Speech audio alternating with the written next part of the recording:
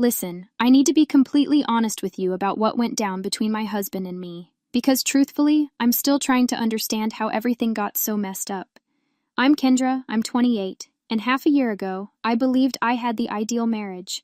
Now I'm here questioning if I'm about to lose it all, and somehow everyone's making me out to be the villain in this whole situation. When Austin and I first started dating, I genuinely felt like the most fortunate woman on earth. This guy was completely infatuated with me in all the right ways. Every single day, he'd compliment how gorgeous I looked, tell me how blessed he felt to have me, express disbelief that I was actually his, and the way he'd caress me. Girl, it was pure magic. He'd playfully tap my behind when I'd walk by him in the kitchen, draw me into spontaneous embraces during the day, plant kisses on my neck while I was washing dishes. Even simple touches would excite him, like obviously excite him, if you catch my drift. Initially, I absolutely loved all that attention. My girlfriends would get annoyed when I'd boast about how Austin couldn't resist touching me even after 3 years of being together. Sarah would say things like, "Lucky you, having a guy who still treats you like you're dating." And honestly, I felt pretty proud about it. There I was with this incredible man who was still completely smitten with me, while her spouse barely glanced up from his device when she entered the room. But then life became incredibly overwhelming and stressful. My job turned into a complete disaster with all these fresh demands and tight deadlines. My mother was dealing with medical problems, and I was constantly drained. That's when Austin's nonstop physical affection began feeling less like affection and more like burden. Every embrace turning into him getting excited, every kiss resulting in him becoming aroused. It seemed like he couldn't simply touch me normally without it becoming this entire sexual situation. I began noticing it increasingly. We'd be watching television and he'd pull me near, and within moments I could sense him getting turned on just from having me next to him. Or I'd give him a quick kiss goodbye in the morning and he'd attempt to make it deeper, getting all excited before I needed to head to work.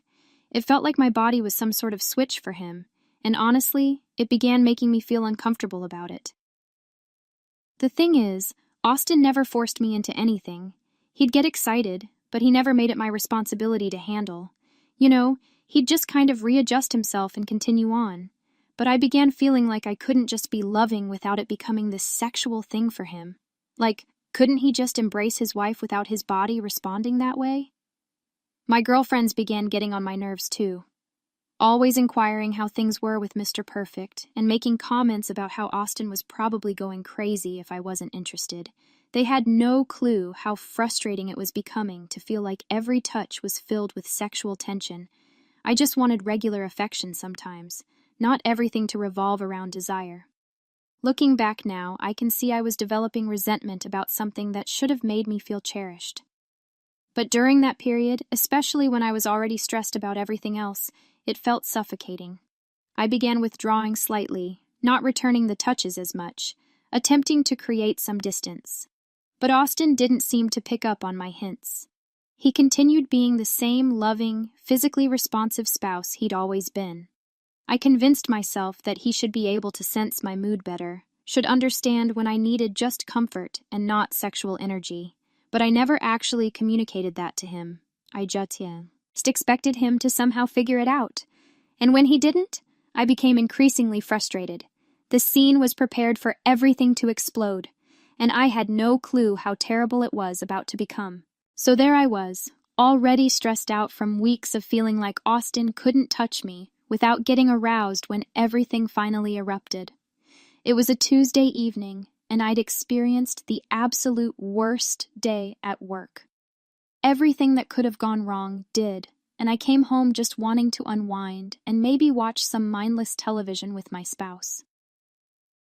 Austin could sense I was stressed the moment I walked in. He's always been excellent at reading my emotions, which usually I appreciate about him. He prepared dinner for me, didn't ask too many questions about my day, just allowed me to vent a bit while we ate. After dinner, I was sitting on the sofa, still feeling tense, and he approached and began gently massaging my shoulders. It felt wonderful at first, really wonderful. His hands working out the tension in my neck and shoulders, and I was finally beginning to relax. But then he leaned down and began softly kissing my neck, his hands moving to caress my arms. Within maybe 2 minutes, I could feel him pressed against the back of the sofa, and yes, he was becoming aroused again. Something inside me just exploded. All that accumulated frustration and irritation came flooding out, and I spun around and declared, "You constantly sexualize me, and it's revolting." The words came out harsher than I even intended them to, but I was so fed up with feeling like I couldn't get comfort from my own spouse without it becoming sexual. Austin stepped back like I'd struck him. His expression went completely empty, and for a moment, neither of us spoke. Then he quietly said, "I can't help being attracted to my wife. I'm a young, healthy man, Kendra. This is normal." But I was already too worked up to listen to logic. "Just stop," I told him. "It's annoying. I can't even get a regular hug from you without you getting all worked up. It's like you can't touch me without making it about sex." Austin looked hurt in a way I'd never witnessed before. "I don't make it about sex," he said quietly. "I just can't control how my body reacts to being close to you. I've never pressured you or made it your problem to deal with." And he was correct. He never had, but I was too defensive and too frustrated to acknowledge that. Instead, I escalated. "Well, figure it out," I said. "It's gross, and I'm sick of it." Austin just stared at me for a long moment, and I could see something shifting in his expression. Not anger exactly, but like he was processing something painful. "Okay," he said finally. "I understand." Then he went to bed without another word. I sat on that sofa feeling justified, but also kind of nauseous. Deep down, I knew I'd been cruel. Austin had been showing me love and desire in the only way he knew how, and I'd called it revolting, but I was too proud to go apologize. And honestly, part of me felt relieved that maybe now he'd ease up a little. I had no idea I'd just triggered a chain reaction that would destroy everything good in our marriage. Austin wasn't the type to fight or argue back. He just took what I said and decided to protect himself the only way he knew how, and that protection was going to hurt me more than I ever imagined. That night, he didn't attempt to cuddle me in bed like he usually did. He stayed on his side, and when I woke up in the morning, he was already up and getting ready for work. No good morning kiss, no lingering hug before he left. Just a polite, "Have a good day," and he was gone. I told myself it was temporary, that he was just processing what I'd said. But looking back, that was the moment everything changed between us. I'd rejected the core of how he expressed love, and Austin, being the man he was, decided to respect my wishes in the most literal way possible. The change was immediate and complete. Austin went from being the most physically affectionate husband I knew to barely touching me at all. No more random hugs throughout the day. No more playful behind slaps in the kitchen. No more pulling me close on the sofa while we watched TV. He'd give me a quick peck goodbye in the morning if I initiated it, but there was no lingering, no deepening of the kiss, nothing that might lead to him getting aroused and revolting me. At first, I felt relieved. Finally, I could just exist in my own house without feeling like every interaction was charged with sexual tension. I could hug my husband without him getting turned on.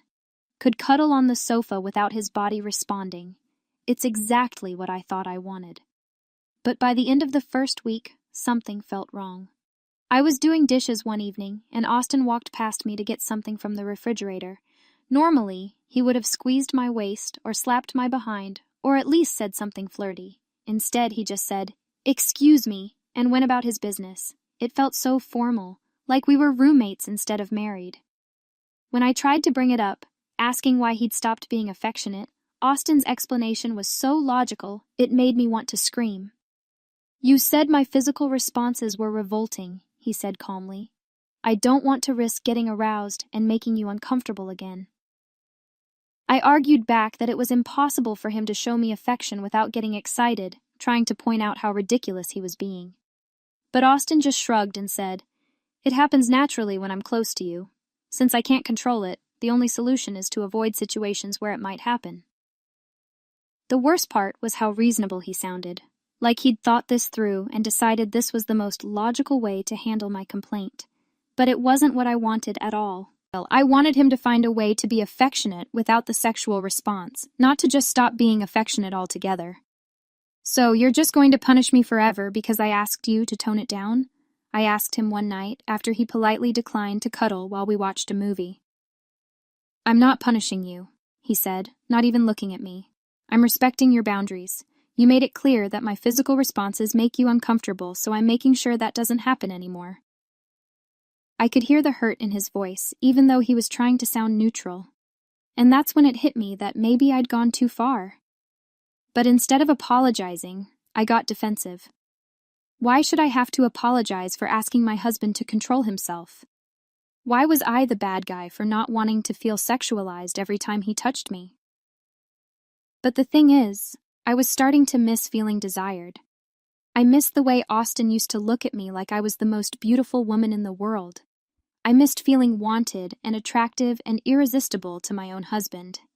Now he looked at me the same way he looked at anyone else, polite, respectful, but without that special spark that used to make me feel so special. I started trying to initiate more, hoping to spark some of that old passion. But Austin would respond just enough to not reject me completely, then pull back before things could get too heated. It was like he was keeping himself on a tight leash, and I hated it. 3 months in, I was feeling more unwanted than ever before in our marriage. I'd get dressed up hoping Austin would compliment me, but he'd just say I looked nice in the same tone he'd used to comment on the weather. I'd try to be flirty or suggestive, but he'd just smile politely and change the subject. The irony wasn't lost on me. I'd complained about feeling sexualized, and now I felt completely desexualized. Austin Boipereuse, as treating me exactly like I'd asked him to, like someone he could touch without any sexual response. And it was making me miserable. By month 4, I was going crazy. Austin had turned into this polite, distant version of himself, and I was starting to panic that I'd permanently broken something between us. He still did nice things for me, still helped around the house, still asked about my day, but it all felt so surface level, like he was going through the motions of being a good husband without any of the passion or desire that used to drive those actions. I tried everything to get a reaction out of him. I'd wear his favorite outfits, cook his favorite meals, suggest watching movies I knew he liked. But Austin had apparently mastered the art of appreciating me without getting aroused by me, and it was driving me insane. How was this the same man who used to get turned on just from seeing me in his t-shirt? The worst part was how calm he was about everything. When I'd get frustrated and ask why he was being so distant, he'd explain in that same reasonable tone that he was just being respectful. When I'd point out that we barely had any physical intimacy anymore, he'd remind me that I'd called his natural responses revolting, so he was trying to avoid that. "But I didn't mean you should just shut down completely," I finally exploded one night after he'd politely declined to take a shower with me, something that used to be a regular fun thing for us. Austin looked at me with these tired eyes and said, "I don't know how to want you the way I used to without my body responding the way it always has. You can't ask me to desire you, but not show that desire, so I chose not to put either of us in that position." I wanted to shake him. This wasn't what I'd asked for.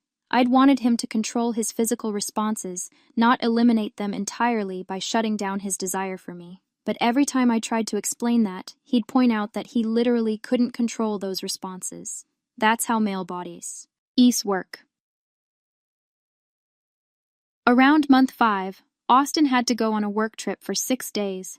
Normally, I would have missed him like crazy, and he would have called me every night wanting to talk for hours. This time, our conversations were brief and polite. He'd ask about my day, tell me a little about his meetings, and then we'd say goodnight. No flirting, no "I miss you," no talking about how much he was looking forward to coming home to me. When he got back, something was different. Not just the same distant politeness he'd been showing me for months, but something else. He seemed more thoughtful, more settled in some way, like he'd figured something out while he was away.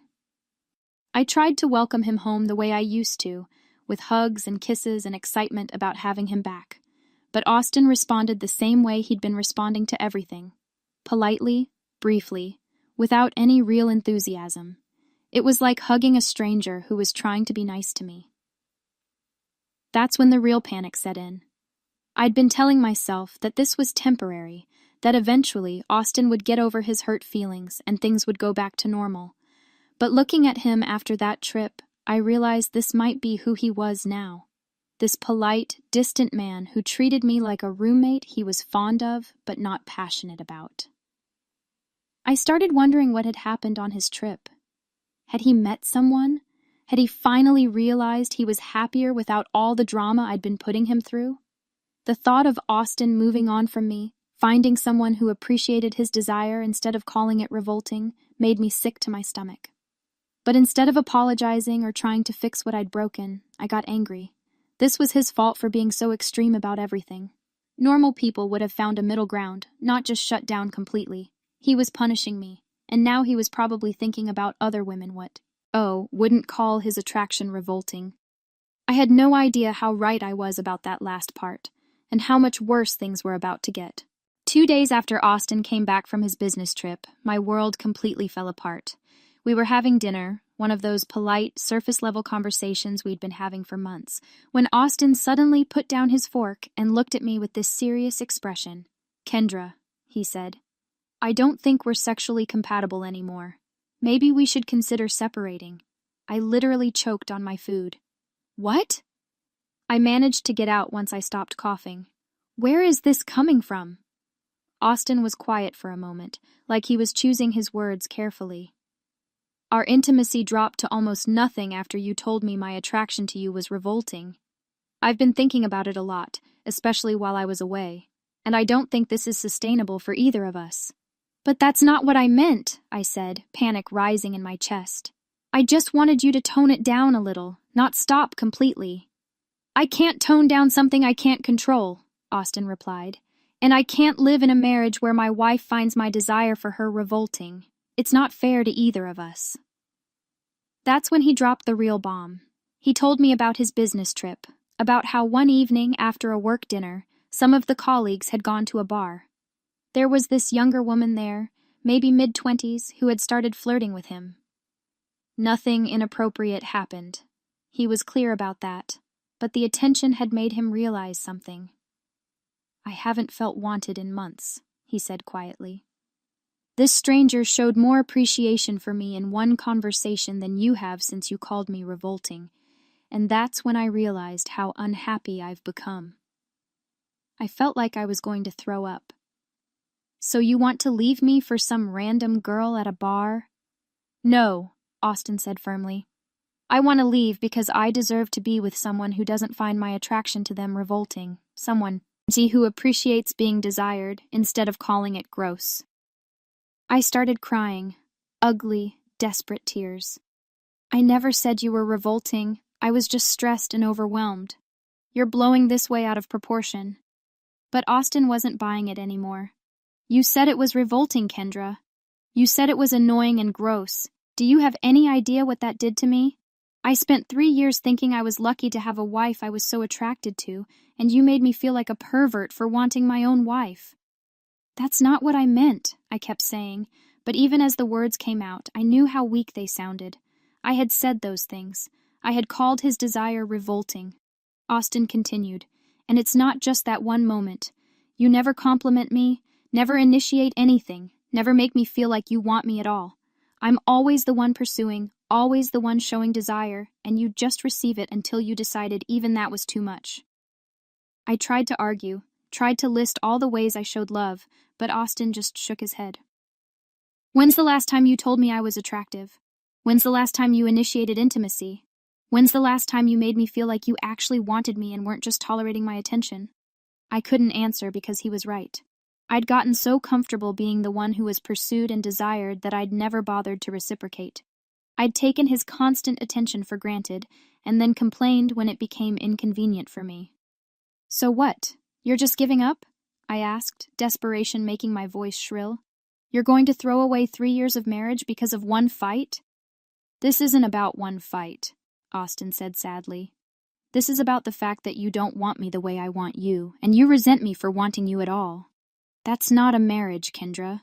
That's me being grateful for scraps of affection from someone who finds my love revolting." When I asked if he'd cheated with the woman at the bar, Austin looked at me with something like disappointment. "The fact that you immediately assume the worst of me just proves my point," he said. "I told you about her because I believe in honesty, not because I did anything wrong. But instead of hearing that I'm unhappy, you're more concerned about whether I betrayed you." That night, Austin slept in the guest room, and for the first time, I realized I might actually lose him. Not to another woman, but to my own selfishness and inability to appreciate what I had. But even then, even facing the destruction of my marriage, part of me still thought he was overreacting. Part of me still thought this was his fault for being too sensitive about one comment I'd made during a stressful time. I had no idea how much worse things were about to get, or how completely I was about to lose everything I'd taken for granted. The next few weeks were a nightmare that kept getting worse. Austin wasn't just threatening to leave, he was actually doing it. He started sleeping in the guest room permanently, talking to lawyers, looking at apartments, and the worst part was how calm and determined he seemed about all of it. I tried everything to get him to reconsider. I cried, I apologized, I promised things would be different. But Austin had this look in his eyes like he was already gone, like he'd already grieved our marriage and moved on while I was still trying to fix it. "I've spent 6 months trying to be the husband you wanted," he told me when I begged him to give us another chance. "Someone who could show you affection without desire, who could love you without wanting you. And you know what I learned? That's not love, that's just going through the motions." I started stalking his social media like a crazy person, looking for signs of the woman from the bar or any other woman. What I found was worse than infidelity. Austin had been reconnecting with old friends, taking up hobbies I'd gradually on. I discouraged him from going to therapy. He was becoming this confident, happy version of himself that I barely recognized. My friends started asking questions when they noticed Austin wasn't around anymore. When I tried to explain what happened, making myself sound like the victim, I could see them exchanging glances. Sarah actually said, "Wait, you called him revolting for being attracted to you, Kendra? That's really harsh." Even my own friends were taking his side. They remembered all my complaints about Austin being too affectionate and always getting worked up, and now they were looking at me like I was insane for destroying that.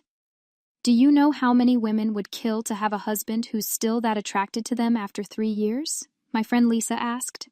But the real punch to the gut came when I found out through mutual friends that Austin was dating someone. Not the woman from the bar, someone new he'd met through his therapy group.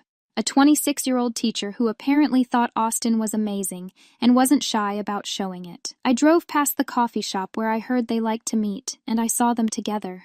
Austin looked happy, really, genuinely happy, in a way I hadn't seen in months. He was smiling and laughing, and when she touched his arm while talking, he didn't pull away or seem uncomfortable. He leaned into it like he was starving for that kind of affection. That's when it hit me what I'd really lost. Not just a husband, but a man who had loved me completely and openly, who had made me feel like the most desirable woman in the world. I'd had someone who couldn't keep his hands off me after 3 years of marriage, and I'd thrown it away because it was occasionally inconvenient.